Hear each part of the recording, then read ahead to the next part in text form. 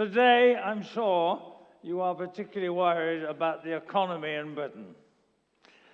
Well, it was pretty bad 400 years ago when a parson's son in Devon had a brilliant idea, and that was to go around the world with a ship called the Golden Hind and sack every Spanish ship he could get his hands on and come back with the loot as fast as possible. And that would enable the Queen to rebuild the Navy as she's trying to do today. Now this, of course, restored England's economy. The Queen rebuilt the Navy, and Drake became the first sea captain to go around the world to make a circumnavigation. Magellan died on the way, so that doesn't count. But by his example, he was able to communicate with young people and inspire them. And those are the two essential qualities of leadership, I believe. And thus it was that a few years later, the football fans in Devon joined him and went out and defeated the Spanish Armada that was trying to invade England. Now, in 1977, Prince Charles wanted young leaders. And he wanted young leaders who could communicate and inspire and face what he called the challenges of war in peacetime. And God forbid there should be a war. And he asked me and some other nutcases if we could come up with an innovative plan. And thus was born Operation Drake.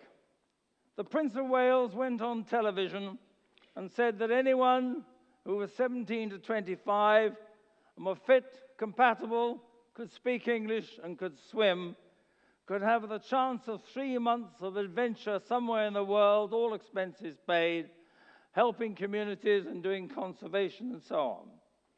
It was a great idea, but 58,000 applied. Now, our plan was to take ships and various other vehicles around the world. And the successful applicants would have time on the vessels, time on shore, and it would last for 4 years. The transport that we were to use were innovative. We had a lovely brigantine, the Eye of the Wind, and we also had an airship lent to us by Goodyear. But there were other means of transport, and there was a lot of walking to do in the jungles and on the mountains. I was faced with the problem of how do you reduce 58,000 applicants down to about 400. So we designed a series of tests, and I got hold of a very good book that I commend to you called the KGB Handbook. The aim was to make people wet, cold, hungry, miserable, frightened, and furious as fast as we could, and then find out about their character. The first thing we did was we took away their watches. That completely disorientates people. But then we wanted to test their courage. We wanted to find out if they had courage, and of course, to do that, you've got to see, do they have fear? You can't have courage without fear. And so we devised various tests using wild animals. This was before health and safety came along, by the way. I remember watching the first one when 2 young people were taken into a darkened room in Kent, and they were told, somewhere in this room there's a wild animal. All you've got to do is to find it, catch it, weigh it, and measure it, and there's a measuring tape and a bathroom scales. And they went in, and one of the girls picked up some carpets, and she jumped back because beneath was a 12-foot python that came sliding across the floor with its tongue flickering. And she said, my God, I hate snakes. And this one was big. It was called Monty, by the way. And she tried to get it onto the bathroom scales with a measuring tape and a cricket bat that happened to be in Kent. It didn't work. The head went one way and the tail the other. So finally, she bent down. She picked up the snake and she wrapped it around herself. And that's the way you weigh a big snake. You stand on the bathroom scales. Well, they all passed. The newspapers featured the story, I had to change the act. So I went to see a friend, and I borrowed a tarantula called Fifi. And Fifi was about the size of a dinner plate, and we played Past the Spider. Everyone had to lie down. The boys had to take their shirts off, and you had to coax Fifi out of her box along your arm, over your chest, and down the other arm onto the next person. They all pass. So then we went to Jersey to the zoo there, and we borrowed a gorilla. We said, this is a very angry mountain gorilla. Now we are going to put you in the pen with the one that made him mad, and that's his mate. And so they were taken and put in the cage, and the lady gorilla was let in. She'd been taught one or two tricks. She was completely tame, but they didn't know that. She'd been taught if she wanted a chocolate biscuit that she liked, all she had to do was to go up to the nearest human, put her arms around them, and give them a passionate kiss. Now, if you've never faced an amorous female gorilla, I mean, you may have done, I don't know. I can warn you, it's quite disturbing, but worse was to happen, because she was taught if she didn't get the biscuit quickly, it was because you were hiding it in your trouser pocket, and that gets very frightening indeed. And then we had some failures. I remember one in Somerset one day, and I went to a school late at night. A Royal Marine sergeant was conducting the test. There were two boys outside a stable, and he said, "Right, you two, you've got to go in there in the dark. There's an animal inside. You've got to identify the animal, come back and report." And the boys went in looking very confident, and a few moments later there was a loud moo. And they said, "Oh, Sergeant, you've got a cow in there." And he said, "That's very observant. Right, here's a bucket, here's a stool, go in the darkness and milk it." And in they went, and there was a loud clang, and both boys shot out to the door. And they said, "Are you totally certain that it's a cow you've got in there?" And they put on the light, and it was the most perplexed-looking bullock you've ever seen. So all the girls passed, but I won't go into the detail. And so we selected the young people who were to come on Operation Drake. And they took part in projects all over the world doing conservation and science, and they wanted to be warriors without a war. They wanted to save the seals, the whales, the wolves, the forests, because it's their planet, it's your planet. And there were many new ideas that we used during the operation. We built walkways up in the top of the forest, where the scientists say this is where the great trees have their sex lives. And indeed, no one had ever explored the top of these forests.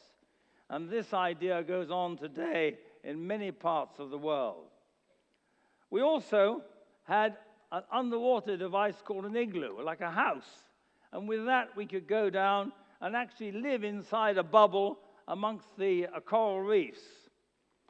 One day, we had a slight problem because a barracuda got inside the bubble. And we had to clear it out. And there was an American boy and a British boy, and they went down, and the British boy didn't know what a barracuda was, and the American said, "Hey, that's all right. Just reach inside, grab it by the tail, and pull it out." But that's what the English boy did. And I'm glad to say it came out and it bit the American. One or two of our young people were handicapped and disabled. One boy was paraplegic. I went to see him when he was working in Australia. And when I got there, I said, "How's everything going?" He said, "Fine, but my wheelchair keeps going rusty." "Oh," I said, "that's terrible. It's a special wheelchair." "Yes," he said, "but it's not doing very well." "Oh," I said, "I'll get you a new one." I didn't know quite why it was going rusty, but later on I saw a photograph that explained it all. We also worked in places like Mongolia, and there's a real example of courage. This girl you see there on the left was Japanese. She'd been born blind, and yet she could ride a horse at the gallop and not fall off, which is pretty amazing. And she galloped over the steppes carrying TB vaccination serums to the various people who lived out there. And that was an example of the courage in use. We also had medical teams working with us, carrying out operations for pterygia and cataract. But to get the people there, of course, you had to perhaps lead them 100 kilometers through the jungle. And then after the operation, you've got to take them home because they didn't know where they'd come from. And that was one of the most appealing tasks that we carried out. So the results of all these were interesting and amazing. First of all, we'd brought together people of different types and creeds and castes, Muslims and Jews and Christians and so on. I remember on one particular Christmas, some of the Muslim boys with us were a bit distressed because they kept being given the pork and beans for breakfast. And I saw them when they went to have lunch with the local Rotarians on Christmas Day. And next day, at a barbecue with the Rotarians, I went up to the Muslims and I said, "Did you have a good Christmas?" "Oh, yes," they said. I said, "Was the food all right? Halal?" They said. I thought, thank goodness for that. I said, "Who did you spend Christmas with?" And they pointed out an old gentleman who I recognized as the leader of the Jewish community. So we had brought together young people from the Jewish side and indeed from the Muslim side on a Christian festival, and I think that achieves almost anything. But there were lots of other things that the young people did. They carried out, as I say, conservation and helping the communities, not only in the countries to which they went, but also when they got home, helping in their communities back in England or wherever their home country was. Well, that I did for a few years, and then I had to turn to help the wrinklies, that's the over 25s, because people are living longer, they're fitter. And even those with a modest education can help in the developing world. So I've been taking the wrinklies with me ever since, and I go regularly now into the various jungles and swamps. We do tasks involving elephants very often. There's no better way of getting your adrenaline jacked up if you go looking for tigers mounted on the back of a tame elephant, or rhino, or even wild elephants. We've done a lot of work with that, and a lot of medical work too. In the jungles of Brazil, on one occasion, a mother came to us and she said, pulling her daughter from behind her, "Can you make my daughter look like me?" And she pulled the child out for us to look at. And then we saw this poor girl with a cleft palate and hair lips. Well, we raised the money. We sent a team out from the BBC. They found the girl again. They got her all the way across Brazil, and with the help of the American charity Smile Train, they carried out operations, and this is what she looked like afterwards. And so we've now raised money for that, and whenever we meet people with facial deformities, we try to help them and have these operations, which are not as difficult as you might think. Now, of course, one of the important things, as you heard another speaker say today, is the question of language. And I do think it's very important to learn to speak the language of the local people. It may not be easy. In Papua New Guinea, where this gentleman is, they speak a mixture of English, German, and Mutu. They call it pidgin. I can remember a few words of it. I remember that a piano was "Bockus, you kick him shout out." Prince Charles is #1 Pickaninny Long Missy Queenie. And the helicopter was "Mixmaster him belong Jesus Christ." I went to see a young man who was working with us with a lovely afro and a laptop, and if I speak slowly, I thought he'll understand me.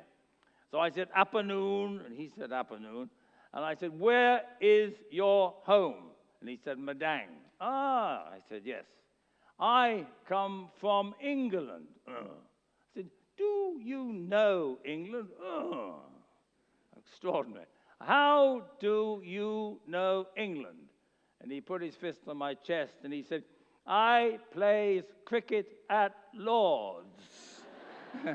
And he had the previous year. So not all of them are necessarily completely ignorant. But the ventures that we trained have gone on to do great things all over the world. And indeed, we're still trying to develop leaders. The important thing, as I said earlier, is to be able to communicate and to inspire. And now there's some 40,000 young people have been through Operation Raleigh, and Raleigh International as it's called today. One of them, who I helped to train some years ago, has just been up on the space station. You've probably seen Tim Peake. I remember him when he was a young kayaker working with us, and I said to him, "Now, Tim, reach for the stars." I didn't know he would one day. But Francis Drake had an example that's lived on amongst not only the young, but the older people too. And more than ever, we need young leaders with a healthy contempt for difficulties and dangers, and indeed, who can communicate and inspire. All I would say to you, at present, you may not have very much money, but most of you got your fitness and your health and vitality, and you have relatively few worries at this particular time.